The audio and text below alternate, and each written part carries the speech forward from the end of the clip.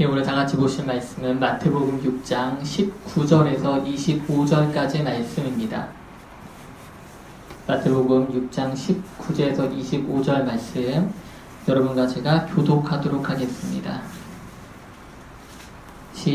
제가 먼저 읽겠습니다. 너희를 위하여 보물을 땅에 쌓아두지 말라. 거기는 좀과 동록이 해하며 도둑이 구멍을 뚫고 도둑질하느니라. 오직 너희를 위하여 보물을 하늘에 쌓아두라. 거기는 좀이나 동록이 해치지 못하며 도둑이 구멍을 뚫지도 못하고 도둑질도 못하느니라. 내 보물이 있는 그곳에는 내 마음도 있느니라.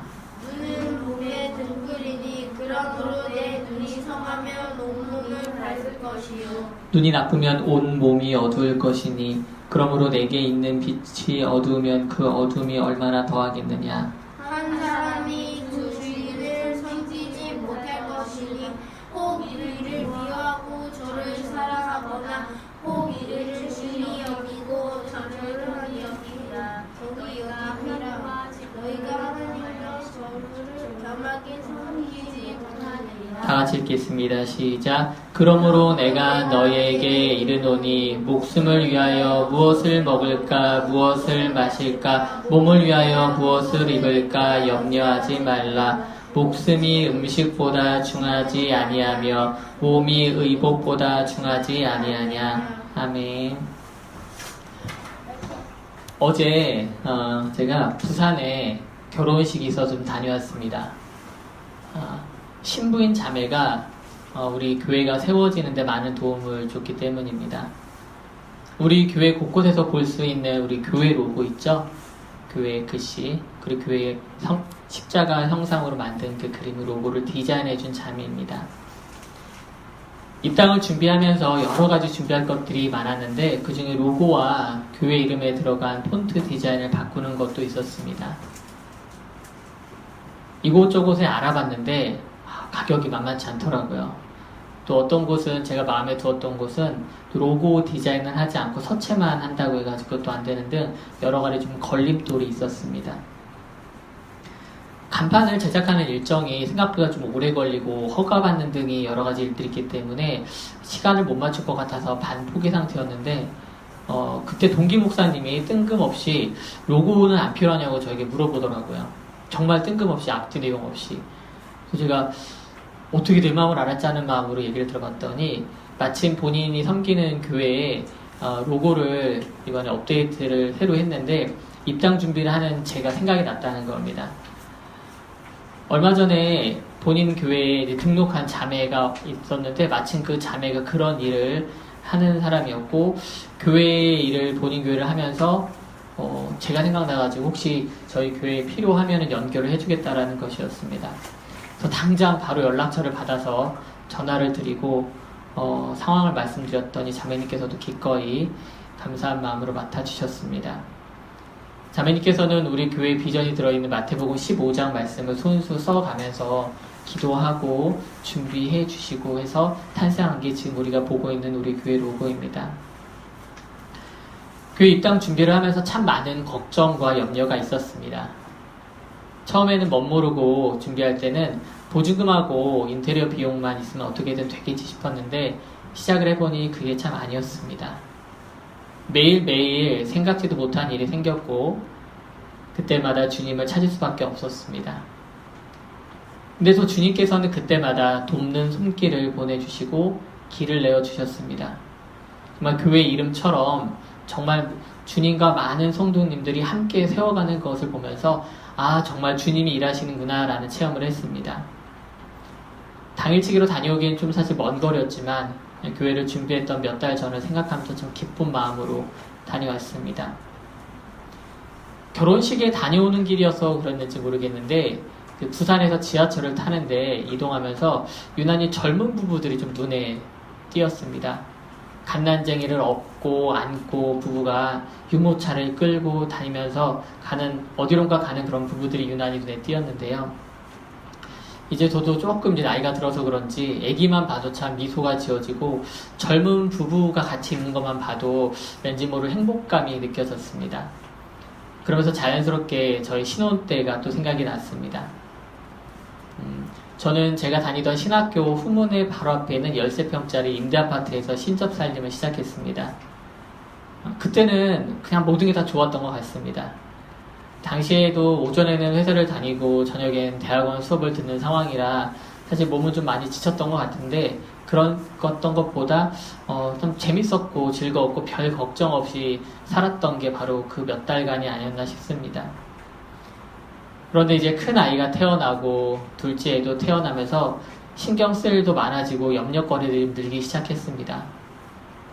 먹이는 것도 걱정되고 입히는 것도 걱정되고 이사도 가야겠고 또 겨울만 되면 번갈아 가면서 아파되니까 병원에 가는 것도 일이었고 심하게 아플 때면 밤새 아이를 돌보는 것도 보통 일이 아니었습니다.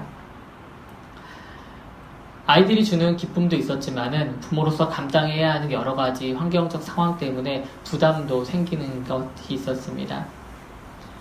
마치 교회를 시작할 때에 기쁨과 기대가 있었지만은 그에 못지않게 부담과 염려가 늘어나는 것처럼 말입니다. 오늘 말씀의 제목은 염려하지 말라입니다. 세상을 살면서 염려 없이 살 수 있다면 얼마나 좋을까요? 아무런 걱정 없이 평안한 삶을 누릴 수 있다면 얼마나 좋겠습니까? 오늘 마태복음 6장 예수님 옆에 있는 많은 사람들이 있었습니다. 그 평범한 사람들도 역시 제가 지금 겪었던 이런 일들을 당시에 겪고 있었고 그런 삶의 문제 가운데 휩싸여 있었습니다. 그들을 향해서 예수님께서 오늘 말씀을 주십니다. 오늘 본문 말씀은 우리가 읽은 25절을 포함해서 19절부터 34절까지입니다. 이 부분은 크게 세 가지로 나눠 볼 수 있습니다. 19절에서 21절까지는 보물을 하늘에 쌓아두라 라는 말씀을 하고 있습니다. 그리고 21절부터 23절까지는 눈이 마음의 등불이다 라는 주제로 말씀을 하고 계십니다. 23절부터 마지막 절인 34절까지는 세상살이 때문에 염려하지 말라고 예수님께서 말씀해 주십니다. 우리 한 가지씩 살펴보면서 말씀을 상고해 보겠습니다. 먼저 예수님은 너희를 위하여 보물을 땅에 쌓아두지 말라고 말씀하십니다. 왜냐하면 종과 동록이 해하기도 하고 때로는 도둑이 구멍을 뚫고 도둑질하기 때문이라는 것입니다. 우리말 성경에는 잘 나타나 있지 않지만 신약 성경에 쓰이는 헬라어로 보면 언어 유희가 보입니다. 보물을 뜻하는 단어가 데사우루스인데 보물을 쌓다 할 때 쌓다란 단어는 데사우리조입니다. 그러니까 어근이 같다는 말입니다. 그러니까 사람들이 보물이라는 거 생각했을 때는 자연스럽게 쌓는 것, 쌓아두는 것, 한 곳에 재워두는 것, 부를 축적하는 것이라고 연결지어서 생각할 수 있었습니다. 그래서 예수님께서 말씀하십니다. 보물을 쌓아두지 말라라고. 왜냐하면 그것들이 좀과 동록에 의해서 먹어 치워질 수 있다는 겁니다. 즉 다른 것에 의해서 파괴될 수 있는 것이라는 것입니다. 고대에 이스라엘 있던 팔레스타인 지방에는 주로 진흙으로 집을 지었습니다. 그래서 도둑이 진흙 벽을 뚫고 들어와서는 물건을 훔쳐가는 일이 그리 어려운 일이 아니었다고 합니다. 그래서 당시 사람들은 재물을 방바닥 밑에 묻어두는 일이 많았습니다. 이처럼 땅에 쌓아둔 재물, 방바닥 밑 땅 속에 쌓아둔 재물에는 그런데 여러 가지 위험이 존재했습니다. 요즘 사람들은 대개 귀중품이나 돈을 은행에 맡깁니다. 대여 금고나 또는 통장 안에 숫자로 표현되어 있는 그 돈들이 안전하다고 믿기 때문입니다. 얼마 전에 가족들과 드라마를 보았는데 한 중년의 남성이 5만원짜리 지폐를 집 장판을 열어서 한 장 한 장 그 밑에 깔아두는 장면이 나왔습니다. 신용불량인 상태라 은행에 맡길 수도 없었고 또 목표한 바가 있어서 그 돈을 모으는데 남들 모르게 몰래 장판 밑에 그렇게 한 장 한 장씩 돈을 모으고 있는 것이었습니다. 그 남자는 밤만 되면 몰래 장판을 열어봅니다. 혼자 흐뭇해하는 거죠. 그래서 조심스럽게 또 닫습니다. 가족들은 모를 거라고 생각을 하는 거죠. 혼자 그걸 보면서 얼마나 기쁨을 가지고 또 미래를 꿈꾸는지 보면 참 재밌었습니다. 그런데 알고 봤더니 가족들은 다 이미 알고 있었습니다. 그냥 모른 척 해줬던 거죠. 엄마도 알고 있었고 동생도 다 알고 있었는데 형만 몰랐던 겁니다. 사실 은행도 망할 수 있습니다. 그리고 집에 깔아둔 돈은 누군가가 훔쳐갈 수 있습니다. 그러나 하늘에 쌓아두는 보물은 그렇지 않습니다. 못 가져가. 네, 맞습니다. 아무도 못 가져갑니다. 좀이나 동록이 헤아지도 못하고 도둑이 구멍을 뚫어서 훔쳐가지도 못합니다. 하늘 구름 들어줘야겠네. 21절에서 예수님은 뭐라고 하십니까? 보물이 있는 곳에 너의 마음도 있다라고 말씀하십니다. 여기서 마음이 있다는 건 단순히 신경이 쓰인다는 정도의 표현이 아닙니다. 유대인들에게 마음이라는 것은 존재의 중심이며 모든 것의 출발점이었습니다. 마음이 있다는 것은 자신의 모든 것이 그곳에 있다는 뜻입니다. 이 말씀을 잠시 22절과 23절을 가운데 두고 24절 말씀과 좀 연결져서 생각해 보겠습니다. 24절에서 예수님은 한 사람이 두 주인을 섬길 수 없다고 말씀하십니다. 한 사람을 미워하면 한 사람을 사랑할 것이고 한 사람을 중히 여기게 되면 다른 사람을 경히 여길 수밖에 없다고 말씀하십니다. 그래서 하나님과 재물을 겸하여서는 섬기지 못한다고 말씀하십니다. 자신의 가장 귀한 것을 땅에 묻어둔 사람은 항상 그곳을 주시하게 되어 있습니다. 손에 일이 안 잡히고 온 세상이 그곳에 쏠립니다. 자신의 마음이 온전히 그곳에 있는 것입니다. 24절에서 사람의 마음이 분리될 수 없다고 예수님은 말씀하십니다. 마음이라는 것은 온전히 쏟는 것이고 나의 중심이 있는 것이기 때문에 한 번에 두 곳에 마음이 있을 수 없기 때문입니다. 그래서 하나를 사랑하면 하나는 미워하는 것이 될 수밖에 없는 것이고 하나를 중하게 여기면 다른 것은 경솔히 여겨질 수밖에 없습니다. 여기서 사랑한다고 하는 것과 미워한다는 것은 어느 것이 우선이냐 하는 문제에 대한 말입니다. 격하게 사랑하고 증오하듯이 미워한다는 말이 아니라 삶의 최우선 순위에 있는 것이 사랑하는 것이고 그 외의 것은 사랑이 없는 상태, 사랑의 부재의 상태인 미워하는 것이라고 말하는 것입니다. 그러니까 가장 중요하게 여기는 것이 있다면 그 외의 것은 자연스럽게 가볍게 여길 수밖에 없고 그런 취급을 받는 것입니다. 결국 주님은 저와 여러분의 마음이 하나님께 있는지 아니면 재물에 있는지 지금 판단해 보라고 말씀하십니다. 재물을 의미하는 단어인 만본이라는 것은 모든 종류의 부와 소유물을 의미합니다. 사실 그거 자체, 만본 자체는 하나님처럼 살아 움직이며 역사하는 존재가 아닙니다. 하지만 사람들은 하나님보다 만몬에 마음을 두었을 때 그 만몬은 살아서 사람을 지배하게 됩니다. 그래서 예수님은 하나님과 대적하는 그 상대로서의 만몬을 경계하라고 말씀하십니다. 몇 년 전 한 경제신문에서 조사를 했습니다. 우리나라 사람들이 생각하는 부자의 기준이 얼마인가 라고 물었더니 많은 사람들이 50%에 해당하는 사람들이 보유 자산이 10억 이상이면 부자입니다 라고 답변을 했습니다.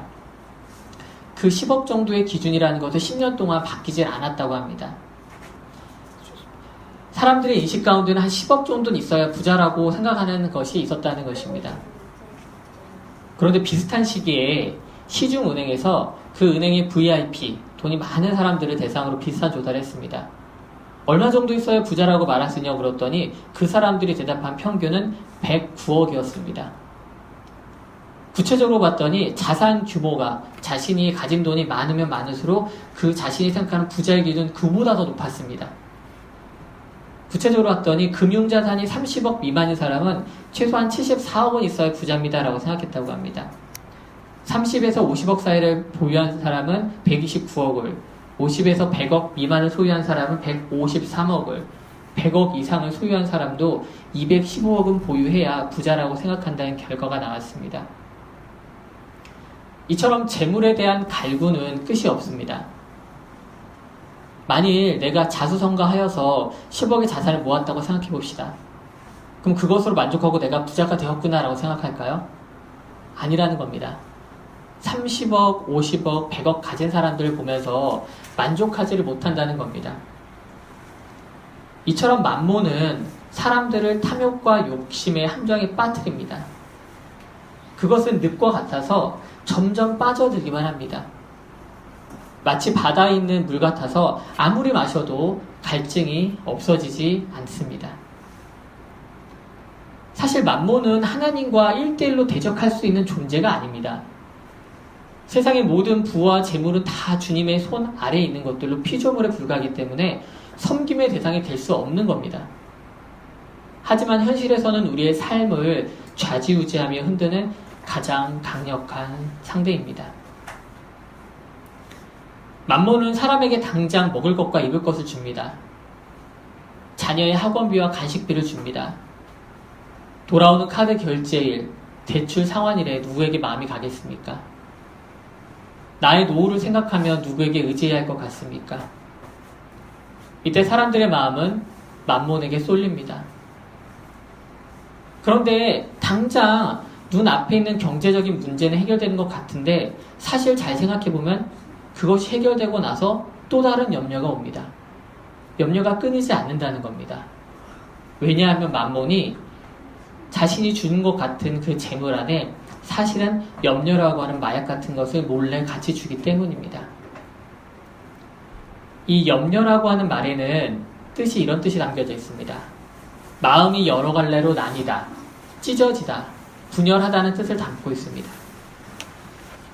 고린도전서 7장 34절에 보면 이런 말씀이 있습니다. 마음이 갈라지며 시집가지 않는 자와 처녀는 주의 일을 염려하여 몸과 마음, 몸과 영을 다 거룩하게 하려고 하되 시집간 자는 세상 일을 염려하여 어찌하여야 남편을 기쁘게 할까 하느니라. 여기서 갈라지다라는 단어와 같이 나오는 염려라는 단어가 헬라어로 보면 똑같은 단어입니다. 결국 만몬이 바라는 것은 마음을 여러 갈래로 나누어 하나님께 집중하지 못하게 하는 것입니다. 우리의 눈을 흐리게 하고 귀를 닫아 헤매게 하여 하나님의 존재를 인식하지 못하게 원하는 것입니다. 사도 바울은 이런 상태에 빠진 성도들을 향해 말씀하십니다. 빌립보서 4장 6절 말씀입니다. 아무것도 염려하지 말고 다만 모든 일에 기도와 간구로 너희 구할 것을 감사함으로 하나님께 아뢰라. 아이러니한 것은 바울이 이 편지를 에베소 교인들에게 보낼 때 자기 자신은 감옥에 갇혀 있었다는 것입니다. 가장 염려해야 할 상황에 빠진 바울이 도리어 감옥 밖에서 자유롭게 지내는 성도들을 향해 염려하지 말라고, 도리어 하나님께 집중하라고 권면하고 있습니다. 사도 바울은 에베소서 말미에 주님의 힘을 입어 이 마귀의 관계를 이겨내라고 말합니다. 에베소 6장 10절에서 12절 말씀입니다. 끝으로 너희가 주 안에서와 그의 힘의 능력으로 강건하여지고 마귀의 관계를 능히 대적하기 위하여 하나님의 전신갑주를 입으라. 우리의 씨름은 혈과 육을 상대하는 것이 아니요 통치자들과 권세들과 이 어둠의 세상 주관자들과 하늘에 있는 악의 영들을 상대합니다. 성도들의 싸움은 눈에 보이는 것들과의 싸움이 아닙니다. 그 너머에 있는 악한 영들과의 싸움입니다. 마귀의 교활한 계획은 영적인 눈을 막고 눈 앞에 있는 문제, 마음을 빼앗기게 만듭니다. 그러한 면에서 우리의 눈은 중요한 역할을 합니다. 우리 다시 22절 말씀으로 돌아가 보겠습니다. 마태복음 6장 22절과 23절 말씀입니다. 눈은 몸의 등불이니 그러므로 내 눈이 성하면 온 몸이 밝을 것이요 눈이 나쁘면 온 몸이 어두울 것이니 그러므로 내게 있는 빛이 어두우면 그 어둠이 얼마나 더하겠느냐. 유대인들은 육체의 눈을 통해서 두려운 것이 생각과 마음에 도달한다고 생각했습니다. 그래서 눈이 성하다는 것은 여기서 순전하고 성실하다는 의미를 가지고 있고, 눈이 나쁘다라고 하는 것은 시력이 나쁜 게 아니라 악한 눈으로 사물을 바라보고 있다는 것입니다. 그래서 그 악한 눈으로 바라보는 그 사물에 의해서 대상 때문에 그 어두움이 몸속으로 들어온다라고 예수님이 말씀하신 겁니다. 악한 눈으로 보는 것에 대한 예시가 마태복음 20장에 나옵니다. 마태복음 20장에 보면 예수님께서 한 가지 비유를 말씀하십니다. 포도원을 운영하는 한 주인이 있었습니다. 그 주인이 포도원에 할 일이 있다 보니까 일할 사람을 찾아서 아침 일찍 바깥으로 나갔습니다. 아침에 나갔더니 길거리에서 일을 찾는 사람들이 서 있었습니다. 그래서 그 사람들 부릅니다. 어서 오세요. 우리 포도원에서 오늘 일을 해주시면 제가 품삯으로 한 데나리온을 드릴게요. 한 데나리온은 당시에 하루 일하는 품삯입니다. 우리 지금 돈 한 10만 원 정도 될 것 같습니다. 근데 그리고 나서 그 주인이 오전 9시에도 나가보고 난 12시에 나갔더니 여전히 사람들이 5시에 일하고 일거리를 찾아서 서 있는 겁니다. 그래서 그 사람들도 부릅니다. 우리 푸드원에서 와서 일하시라고. 그런데 오후 3시에 나갔더니 여전히 놀고 있는 사람도 있는 거예요. 거기서 끝나만 게 아니라 오후 5시에도 나갔더니 여전히 일을 못 찾아서 노는 사람이 있어서 그 사람도 와서 일하라고 시킵니다. 자, 금방 해가 졌습니다. 이제 일을 했으니까 품삯을 정산할 때가 됐습니다. 가장 늦게 온 사람부터 부릅니다. 자, 오늘의 품삯인 한 데나리온을 드립니다 했습니다. 그랬더니 그 옆에서 그걸 보고 있던 아침 일찍 온 사람이 속으로 생각합니다. 오, 저 사람 한 데나리온 받았네. 막 기대를 합니다. 1시간 정도 일해놓고 저 정도 받았으니까 나는 아침부터 왔으니까 나 얼마 더 받을까 막 그 짧은 시간이라고 생각을 합니다. 그런데 주인이 어떻게 하죠? 그 사람에게도 똑같이 한 데나리온을 줍니다. 그러자 아침 일찍 온 그 일꾼은 화를 냅니다. 기껏 1시간이란 저 사람도 한 데나리온을 받았는데 왜 하루 종일 땡볕에서 땀 흘려 일한 나는 똑같이 한 데나리온을 받냐? 나는 더 줘야 되는 거 아니냐고 불평하는 것입니다. 그러나 주인은 말합니다. 원래 약속한 것이 한 데나리온 아니었습니까? 난 약속대로 주었으니까 이거나 가지고 가십시오 말을 합니다. 그러면서 마지막에 하는 말이 있습니다. 마태복음 20장 15절 말씀입니다. 내 것을 가지고 내 뜻대로 할 것이 아니냐? 내가 선함으로 내가 악하게 보느냐? 주인은 약속대로 선하게 행동했습니다. 약속한 약속대로 한 데나리온을 그에게 주었다는 것입니다. 그럼에도 아침 일찍 온 그 일꾼들은 그 행동을 악하게 본다는 것입니다. 일거리를 찾아 아침 일찍 나와서 기다리던 그들에게 은혜로 일거리를 준 포도원의 그 선한 행위는 이미 잊었습니다. 그들의 눈은 이제 주인의 은혜가 아니라 더 늦게 온 다른 일꾼을 쳐다보는 데 사용됩니다. 눈의 초점이 바뀌었고 마음에 분열이 생긴 것입니다. 그들도 만몬이 주는 한 데나리온이라는 물질적인 가치에 그들의 눈과 마음이 갇힌 것입니다. 그 짧은 시간에 시간당 품삯을 계산하고 저 사람은 한 데나리온이니까 나는 몇 데나리온을 받을까 하면서 그 생각을 하고 있었던 것입니다. 하나님은 죽음의 그늘에 앉은 사람들을 그 은혜로 구원해 주셨습니다. 하나님의 선하심은 모든 사람들을 향해 넘치셨습니다. 구원의 잔치자리에 초대된 사람들이 할 일이라고는 기쁨을 누리는 것이었습니다. 죄악에서 생명으로 옮긴 것에 대한 감사와 기쁨을 만끽하면 되는 것입니다. 그런데 사람들은 금세 그 사실을 잊고 옆에 있는 다른 사람들을 쳐다봅니다. 저 사람은 더 예쁜 옷을 입었네. 왜 저 사람은 더 늦게 왔는데 좋은 자리에 앉지? 내가 먼저 왔는데 왜 나한테는 관심이 없고 저 사람한테만 관심을 주고 더 맛있는 음식을 내주는 거야? 악한 눈으로 보자면 끝이 없는 상황인 것입니다. 여기서 중요한 것은 내 마음과 내 눈이 구원을 베푸신 하나님을 향해 있냐는 것입니다. 하나님에 대한 갈망과 목마름이 있냐는 것입니다. 진정 나를 지배하는 것이 만몬이 아닌 하나님이라고 하는 것을 인식하냐는 것입니다. 예수님은 염려라고 하는 것은 하나님을 신뢰하지 못하는 것에 나온다고 말씀하십니다. 오늘 본문 25절에서 34절까지 보면 우리말로 염려라는 단어가 6번이나 등장합니다. 사람들이 하는 염려의 목록은 다음과 같습니다. 무엇을 먹을까? 무엇을 마실까? 무엇을 입을까 하는 염려입니다. 예수님께서는 공중의 새를 보라고 말합니다. 그리고 믿음의 눈을 뜨라고 말씀하십니다. 하늘에 나는 저 새들은 심지도 않습니다. 거두지도 않습니다. 창고에 모아두지도 않습니다. 하지만 하늘 아버지께서 기른다고 말씀하십니다. 사람들은 또 염려합니다. 내 키를 한 자라도 더 크게 할 수 있을까? 여기서 말하는 키는 신장을 의미한다기보다는 생명을 의미합니다. 어떻게 하면은 내가 하루라도 더 살까, 내 생명을 더 연장할까라는 것입니다. 그런 염려를 한다는 것입니다. 하지만 사람들이 염려하는 그 생명이라고 하는 것은 온전히 하나님의 소관입니다. 사람이 아무리 염려한다고 해서 그 날이 길어질 수 없는 것입니다. 결국 우리가 염려하고 걱정하는 것들에 대해서 예수님은 한마디로 정리하십니다. 너희 하늘 아버지께서 이 모든 것이 너에게 필요한 줄 다 알고 계신다. 하나님은 우리가 필요로 하는 그 모든 것들이 쓸데없는 거라고 무시하지 않습니다. 하늘의 것이 더 가치 있으니까 세상 것들은 버리고 무시하라고 말씀하지 않으십니다. 하나님은 우리의 필요를 이미 다 알고 계십니다. 우리가 세상에서 만몬에 휘둘려 힘들어하고 고통받는 것도 다 알고 계십니다. 하나님이 원하시는 것은, 사람에게 원하시는 것은 그러한 염려를 멈추고 하늘 아버지께 맡기라는 것입니다. 하나님께서 이미 우리에게 생명과 몸을 주셨습니다. 맞습니까? 그렇다면 그 생명과 몸을 위해 저와 여러분에게 음식과 의복도 제공해 주실 것입니다.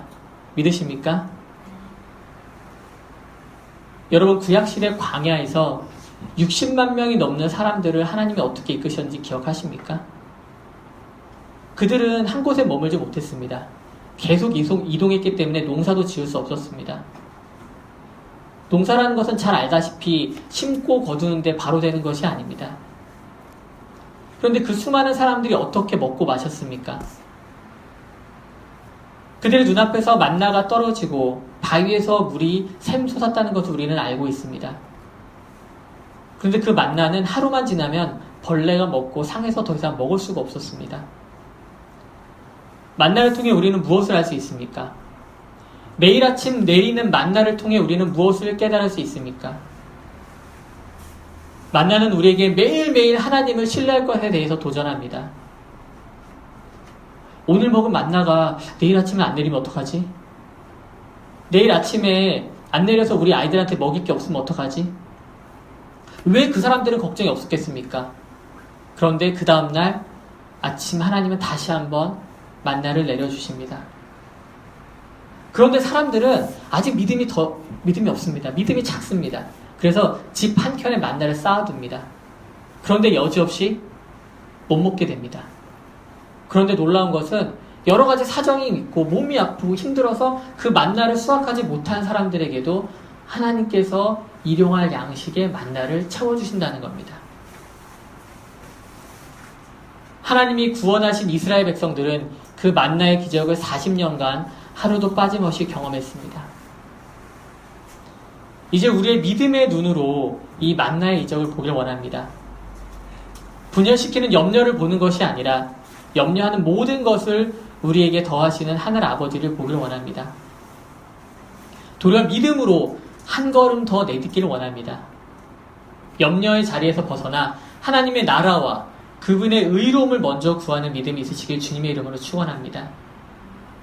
하나님의 나라가 저와 여러분이 있는 이곳에서 펼쳐지길 소망합니다. 함께 세우는 교회 가운데 하나님의 나라가 임하고 하나님의 의가 실행되길 축원합니다. 저와 여러분 한 사람 한 사람 가운데 온 세상을 돌보시는 하나님의 큰 손길을 체험하는 귀한 역사가 있길 축원합니다. 베드로전서 5장 7절 말씀을 다 같이 읽고 말씀을 마무리하겠습니다. 시작. 너희 염려를 다 주께 맡기라. 이는 그가 너희를 돌보심이라. 아멘.